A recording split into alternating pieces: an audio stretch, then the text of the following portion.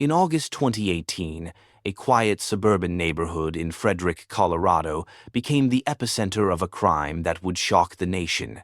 What began as a missing persons case, a pregnant mother and her two young daughters vanishing without a trace, quickly spiraled into something far more sinister. After just 3 days of intensive investigation, detectives uncovered a truth that shattered the image of the perfect American family.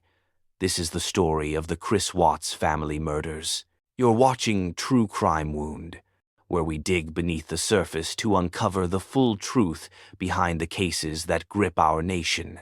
If you're passionate about justice and want to understand the human stories behind the headlines, hit that subscribe button and turn on notifications. Like, comment, and share this video so more people can learn about these important cases. Let's get into it. Shanann Catherine Watts came into this world on the 10th of January, 1984, in New Jersey, but her heart belonged to North Carolina. Growing up in Aberdeen, in the close-knit community of Moore County, Shanann was raised by her parents Frank and Sandra Watts, alongside her brother Frankie. From an early age, Shanann knew what she wanted: to be a mother.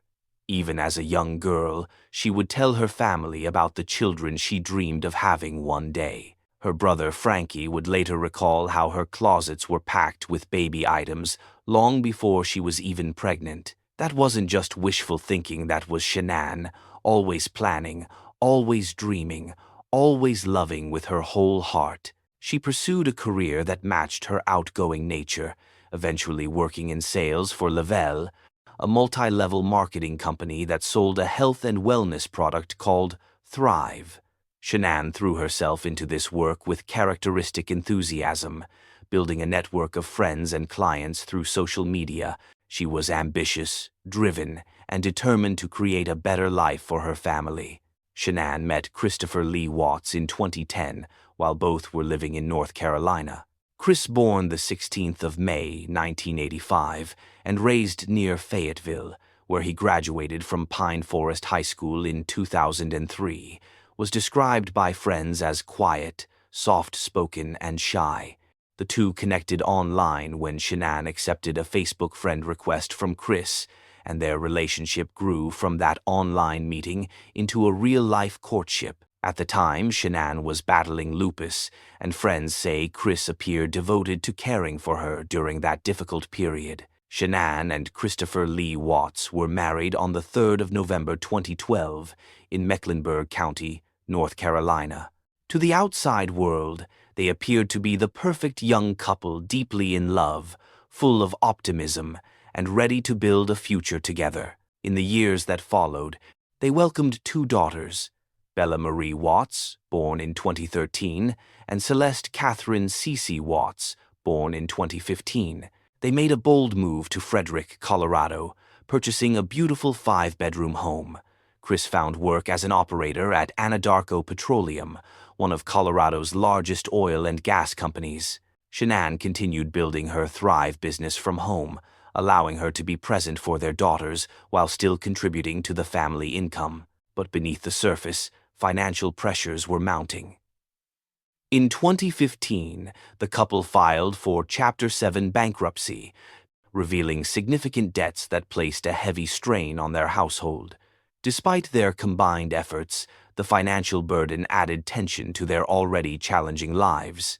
When she announced her third pregnancy in June 2018, sharing a sonogram with Chris via text, his response seemed perfect. He told her he already loved the baby. Shanann posted proudly, "I love Chris. He's the best dad us girls could ask for." The first 2 weeks of August 2018 were filled with subtle warning signs that, in hindsight, painted a devastating picture. On August 2nd, the Watts family visited Myrtle Beach. A North Carolina mother named Michelle Greer captured photos of them at the beach. She remembered Shanann as sweet and engaged with her daughters, excitedly sharing news of her pregnancy. But Michelle noticed something odd about Chris. He stood apart, disengaged, showing no affection toward his wife or children. He seemed to be somewhere else entirely. On August 10th, Shanann left for a work trip to Arizona, a business conference for her Thrive team. Before she left, she tried talking to Chris about their marriage. According to later testimony, she sensed his emotional distance and was worried he might be having an affair.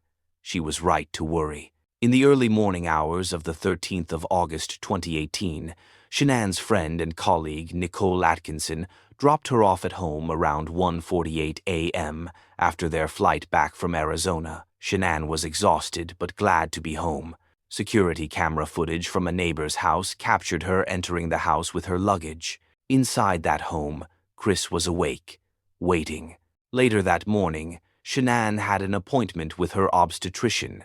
When she didn't show up and didn't answer calls or texts, her friend Nicole Atkinson grew worried. This wasn't like Shanann. She was always responsive, always on top of her schedule, especially regarding her pregnancy. Around noon, Nicole went to the Watts home. She could see Shanann's car in the garage through the window. She knocked repeatedly. No answer. She called Chris at work, telling him she was concerned. Chris's response struck her as odd. He seemed unconcerned, almost irritated by the interruption. Nicole called Frederick police. At approximately 1:40 p.m. on the 13th of August 2018, officers arrived at Saratoga Trail for a welfare check. The front door was latched from inside. Shanann's car was in the garage, her purse with her keys and wallet inside the house. Her phone was found wedged between couch cushions. The girls' car seats were still in the vehicle. Most tellingly, Shanann's wedding ring sat on the bedside table, but there was no sign of Shanann, Bella, or Celeste. The Frederick Police Department immediately escalated the case. The FBI and Colorado Bureau of Investigation joined the search. On August 14th, an endangered missing alert was issued. A massive search operation deployed across Weld County. Chris Watts returned home from the Anadarko Petroleum work site. That evening, in a moment that would later seem utterly chilling, he stood in front of news cameras from Denver stations KMGH-TV and QSA-TV. With his home behind him and search dogs audible in the background, Chris made a tearful plea for his family's safe return. "Shanann, Bella, Celeste, if you're out there, just come back," he said, his voice breaking. "I just want everybody to come home." In those first hours, investigators worked multiple theories. The most obvious possibility was that Shanann had taken the girls and left, perhaps due to marital problems. Maybe she'd gone to stay with family or friends and simply wasn't ready to communicate yet. But that theory had problems immediately. Shanann's car was at home, her phone was at home, her purse, wallet, medication, everything was at home. A pregnant woman doesn't take two preschoolers and leave without her car, phone, or money. Another theory considered was abduction. Perhaps someone had broken into the home and taken the family by force. But there were no signs of forced entry, no signs of struggle, no valuables taken. The house was orderly, almost too orderly. Friends and family made emotional public appeals for information. Shanann's parents in North Carolina were beside themselves.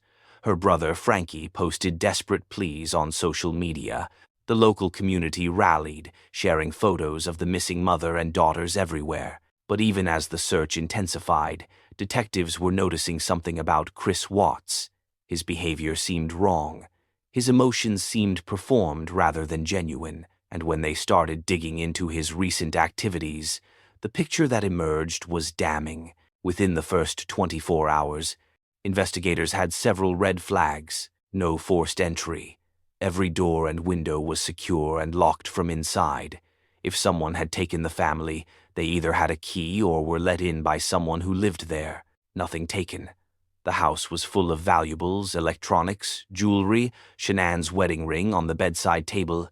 If this was a robbery gone wrong, why take nothing? The car seats. No mother takes two young children anywhere without car seats.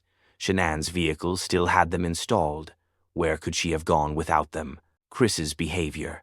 When Nicole called him at work to express concern, he seemed dismissive. When police interviewed him, his body language was off. He appeared to be performing the role of worried husband rather than genuinely being one. The timeline didn't add up. Chris claimed he last saw Shanann at 5:15 a.m. when he left for work, but the neighbor's camera showed his truck backing out at 5:27 a.m. with what appeared to be a suspicious bulge in the truck bed covered by a tarp. On August 15th, investigators made a critical breakthrough. On Chris's phone, investigators found evidence that painted a complete picture of his double life. In a secret calculator app designed to look like a harmless tool but actually functioning as a hidden photo vault, they found intimate pictures of Chris and Nickel together, photos from a trip they took to Great Sand Dunes National Park on July 4th weekend while Shanann was in North Carolina, cards he'd sent Nickel, messages telling her he loved her, that he was finalizing his divorce, that he wanted to start a new life with her. They discovered Chris Watts was having an affair with a co-worker named Nickel Kessinger. When confronted, Chris initially denied it. Then he admitted it, but he insisted it had nothing to do with his family's disappearance. Detectives administered a polygraph test to Chris. He failed spectacularly. The examiner could see clear signs of deception when Chris was asked about his family's whereabouts. That's when Chris asked to speak with his father, Ronnie Watts. In that conversation, Chris finally broke, but even his confession was a lie designed to minimize his guilt. The neighbor's security camera became the prosecution's most valuable asset. The footage captured several crucial moments. 1:48 a.m., August 13th. Shanann arriving home with Nicole, rolling her luggage to the front door. She enters the house. She would never leave alive. 5:27 a.m., August 13th. Chris's truck backing out of the garage. The truck bed appeared to contain a large, suspicious shape covered by a tarp. Later that morning, Chris's truck returning, pulling back into the garage. The truck bed was now empty. GPS data from Chris's truck told an even darker story. His vehicle had traveled to a remote Anadarko petroleum work site in Weld County, an oil field with large crude oil storage tanks. Phone tower pings confirmed Chris's phone was at that location for an extended period that morning. On the 15th of August 2018, after failing the polygraph and being confronted with mounting evidence, Chris Watts confessed to killing Shanann. But even in confession, he lied. He told investigators that he had asked Shanann for a separation that morning. He claimed he then went downstairs and, via the baby monitor on Shanann's nightstand, saw Bella sprawled on her bed, blue and lifeless. He said he then saw Shanann strangling Celeste. According to this version, he strangled Shanann in a fit of rage after discovering she had killed their daughters. Investigators didn't believe him. The story had too many inconsistencies. The forensic evidence didn't support it, and soon the truth would emerge. Chris was arrested and charged with 5 counts of first-degree murder, 1 count of unlawful termination of a pregnancy, and 3 counts of tampering with deceased bodies. On August 16th, at 11 p.m., investigators arrived at the remote Anadarko oil field site that Chris had marked on a map. What they found there would haunt them forever. Shanann's body was in a shallow grave near the oil storage tanks. She had been buried face down. Her unborn son, Nico, died with her. But the most horrifying discovery was yet to come. 4-year-old Bella and 3-year-old Celeste had been stuffed into crude oil storage tanks. The hatches on top of these tanks were only 8 inches in diameter. Chris had forced his daughters' small bodies through those narrow openings, dropping them into the toxic crude oil below. The autopsy revealed the unbearable truth. Bella and Celeste had been smothered to death. There was crude oil in their lungs, suggesting at least one of them was still breathing when she went into that tank. Why?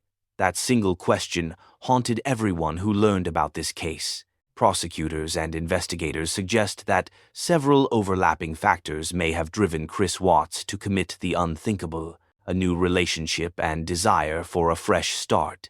At the time of the murders, Watts was involved in an affair with a co-worker Nickel Kessinger prosecutors said he yearned to begin a new life with her, unburdened by his existing family, financial pressure, and desperation. The family had faced mounting debts and financial insecurity in prior years. That financial burden, coupled with the imminent arrival of another child, may have contributed to a sense of entrapment, a need to escape emotionally and legally. Some analyses suggest Watts felt overwhelmed by responsibility. Bills, mortgage, children, debts, a new baby on the way. Divorce might have meant financial obligations, custody, turmoils, and continued burden. For him, murder may have seemed, in his twisted logic, a way to reset. Psychological and personality factors, self-centeredness, lack of empathy, and entitlement. Commentators have described traits such as willingness to view loved ones not as people but as obstacles, prioritizing his own desires over human life, and detaching emotionally that align with patterns observed in other extreme familicide cases. Importantly, while these motives have been widely discussed by prosecutors, reporters, and psychologists, none provides a fully satisfactory explanation alone. The tragedy appears to stem from a convergence of personal desires, desperation, choices, and a willingness to see others as expendable. The cold, calculated nature of these acts defied comprehension. On November 6, 2018, in a quiet Colorado courtroom, Chris Watts made a decision that stunned everyone following the case. Without hesitation, he pleaded guilty to all 9 charges brought against him, an admission that finally stripped away the last layers of deception. He faced 3 counts of first-degree murder for the deaths of his wife, Shanann, and their daughters, Bella and Celeste. But prosecutors added 2 more counts, additional murder charges for Bella and Celeste, because they were both under the age of 12, and Chris was in a position of trust when he took their lives. Under Colorado law, that betrayal carries its own weight. He also accepted guilt for unlawfully ending Shanann's pregnancy, a charge recognizing the life of their unborn son, Nico. And finally, there were 3 counts of tampering with a deceased human body, 1 for each victim he transported and concealed in the remote oil site where he worked. 9 charges. 9 acknowledgments of a crime so cold and deliberate, the community and the country struggled to comprehend it. The plea deal came with one significant condition.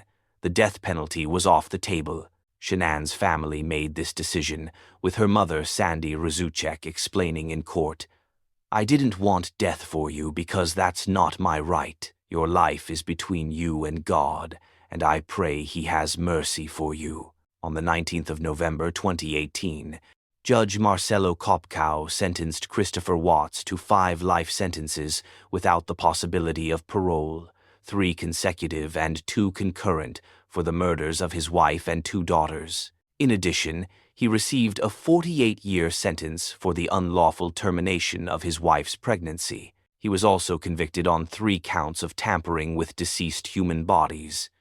The court imposed additional prison time for these counts, but regardless, the life without parole sentences ensure he will never be released. Judge Kopkow called the murders the most inhumane and vicious crime that I have handled out of the thousands of cases that I have seen. During the sentencing hearing, Chris sat at the defense table, head down, leg bobbing nervously. The only time he spoke was when asked if he wished to make a statement. His response, "No, sir." The sentencing hearing was filled with raw, devastating emotion. Shanann's mother, Sandy Rzucek, addressed the court with tears streaming down her face. She described Shanann as ambitious and outgoing, someone who had always wanted to be a mother. She talked about Bella and Celeste, bright, beautiful little girls who had their entire lives ahead of them. She spoke of the unborn grandson they would never meet. Shanann's father, Frank Rzucek, could barely speak. In a letter read aloud by the priest at the family's funeral, Frank had written about how Shanann had always been Daddy's little girl. He promised to take care of her truck for her. The grief was unbearable. Shanann's brother, Frankie Rzucek, described his sister as someone who couldn't wait to be a mother. He recalled how her closets were packed with baby items even before she was pregnant. He spoke of the hole her absence had left in their family. The community of Frederick, Colorado, was shattered. Neighbors left flowers, balloons, and teddy bears outside the Watts' home. Vigils were held. Local officials expressed shock that such evil could exist in their quiet suburb. Shanann's co-workers at Level were devastated. She had been a vibrant presence in their lives, always posting encouragement and positivity. Her friend Nicole Atkinson, who had been the last person to see Shanann alive and the first to raise the alarm, struggled with guilt and grief. What made the case even more painful was the betrayal. The danger hadn't come from a stranger, a random intruder, or even someone from Shanann's past. It had come from within her own home, from the man who had promised to love and protect her, from the father of her children. Chris's own parents initially struggled to accept their son's guilt. In early interviews, they defended him and questioned aspects of the case, but at the sentencing hearing, they recanted those statements.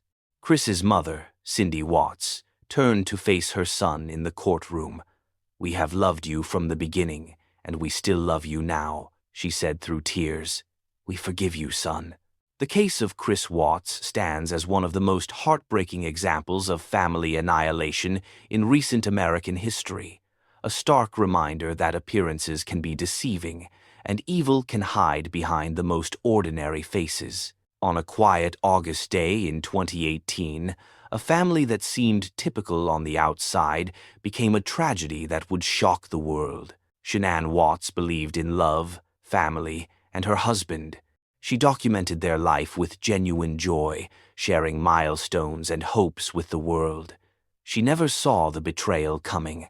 She never imagined that the man she called her rock would become her family's destroyer. Bella and Celeste were innocent children who trusted their father completely.